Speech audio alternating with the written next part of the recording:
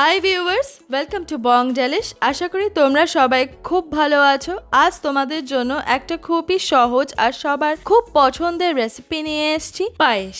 আজকের এই পায়েসের রেসিপি আমাদের ঠাকুমার। তিনি অপূর্ব সুন্দর পায়েস বানাতেন, খুব সহজ আর ভীষণ টেস্টি খেতে হয়। তো চলো শুরু করা যাক আজকের পায়েসের রেসিপি। পায়েস বানানোর জন্য প্রথমে আমরা নিয়েছি গোবিন্দভোগ চাল 50 গ্রাম। আজকে আমরা নতুন গোবিন্দভোগ চাল ব্যবহার করছি, কিন্তু পুরনো গোবিন্দভোগ চাল দিয়েও করা যায় পায়েস। নতুন গোবিন্দভোগ চাল ভালো করে জল দিয়ে 2-3 বার ধুয়ে নিয়েছি। বেশি বার করে বা অনেকক্ষণ ধরে জল দিয়ে গোবিন্দভোগ চাল ধোবে না, তাহলে চালের মধ্যে যে স্টার্চ থাকে সেটা বেরিয়ে যাবে। চাল ধোয়া হয়ে গেলে জলটা একদম ভালো করে স্ট্রেন করে নেবে, যাতে চালে একটুও জল না থাকে। এবারে চালে দিয়ে দিচ্ছি ঘি 1 টিস্পুন। ঘি চালে ভালো করে মাখিয়ে নিয়ে 10 থেকে 15 মিনিট রাখতে হবে। লাগছে চিনি 150 গ্রাম, কাজু বাদাম 20 গ্রাম, কিশমিশ 15 গ্রাম, ছোট এলাচ 5টা। কড়াইতে এবার দিয়ে দিচ্ছি ঘি 1 টিস্পুন। ঘি ভালো করে গরম হয়ে গেলে কাজু বাদামগুলো লো হিটে ভালো করে ভেজে নিতে হবে। হালকা গোল্ডেন ব্রাউন কালার হওয়া অবধি কাজু বাদামগুলো আমরা ভেজে নিয়েছি। কাজু বাদাম ভাজা হয়ে গেছে, এবার কাজু বাদামগুলো আমরা সরিয়ে নিচ্ছি। এবারে একটা ননস্টিক কড়াইতে ঢেলে দিচ্ছি ফুল ফ্যাট দুধ 1 লিটার। 1 লিটার ফুল ফ্যাট দুধের জন্য 50 গ্রাম নতুন গোবিন্দভোগ চাল নিয়েছি আমরা। এবারে দুধটা আমরা ফুটিয়ে নেব আর কন্টিনিউয়াসলি নেড়ে যেতে হবে, যাতে দুধ কড়াইয়ের নিচে ধরে পুড়ে না যায়। হাই হিটে দুধ ফুটিয়ে নিয়ে হিট মিডিয়ামে করে ভালো করে নাড়তে হবে। মিডিয়াম হিটে দুধ নাড়িয়ে 800 ml নামিয়ে আনতে হবে। 1 লিটারের দুধ আমরা ফুটিয়ে 800 ml নামিয়ে আনব।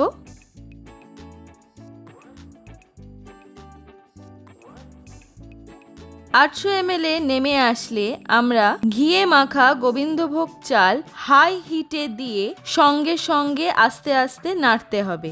গোবিন্দভোগ চাল দিয়ে সঙ্গে সঙ্গে না নাড়লে চালে জমাট ধরে যাবে। এবারে 4 থেকে 5 মিনিট আমরা দুধে চাল দিয়ে লো টু মিডিয়াম হিটে ভালো করে ফুটিয়ে নেব। চাল দিয়ে কিন্তু খুব জোরে নাড়বে না, খুব আস্তে আস্তে নাড়বে, না হলে চাল ভেঙে যেতে পারে। নতুন গোবিন্দভোগ চাল দিয়ে পায়েস করার একটাই কারণ, নতুন গোবিন্দভোগ চালে স্টার্চ থাকে আর সেটা পায়েসকে আরো বেশি ক্রিমি করে দেয়। দেখতেই পাচ্ছ আমাদের এই পায়েসের রেসিপি খুবই ইজি। আমাদের ঠাকুমা যেভাবে বানাতেন আমরাও ঠিক সেইভাবেই তোমাদের বানিয়ে দেখাচ্ছি। খুবই সুন্দর খেতে হয় এই পায়েস। তোমরা কিন্তু অবশ্যই বাড়িতে ট্রাই করে সবাইকে খাইও, সবার কিন্তু ভীষণ ভীষণ ভালো লাগবে। 4-5 মিনিট ফুটিয়ে নেওয়ার পরে দিয়ে দিচ্ছি ছোট এলাচ 5টা। এলাচ দিয়ে 4-5 বার ভালো করে নেড়ে নিতে হবে। আমরা দেখতে পাচ্ছি যে চাল আমাদের ভালো করে সেদ্ধ হয়ে গেছে। দেখো একটুও শক্ত নেই, চাল সুন্দর করে সেদ্ধ হয়ে গেছে।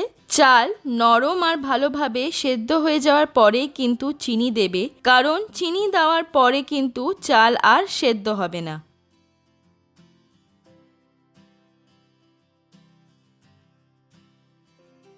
লো হিটে এবারে দিয়ে দিচ্ছি চিনি 150 গ্রাম। লো টু মিডিয়াম হিটে ভালো করে এবারে চিনিটাকে গলিয়ে নিতে হবে আর কন্টিনিউয়াসলি নেড়ে যেতে হবে, যাতে পায়েস কড়াইয়ের নিচে কি কড়াইয়ের সাইডে লেগে ধরে পুড়ে না যায়। পায়েসের কনসিস্টেন্সি আমরা এরকমই রাখছি। এরকম ঘন থাকতে থাকতে পায়েস নামাতে হবে, কারণ ঠান্ডা হয়ে গেলে পায়েস আরো ঘন হয়ে আসবে। আমাদের পায়েস একদম রেডি। এবারে গ্যাস বন্ধ করে দিচ্ছি।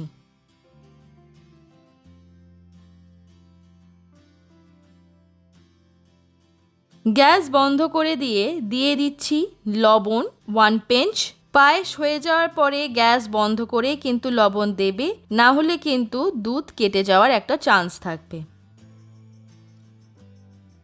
লবণ দিয়ে দিচ্ছি ভেজে রাখা কাজু বাদাম আর কিশমিশ। এবারে সব কিছু ভালো করে মিশিয়ে নিলেই আমাদের পায়েস একদম তৈরি।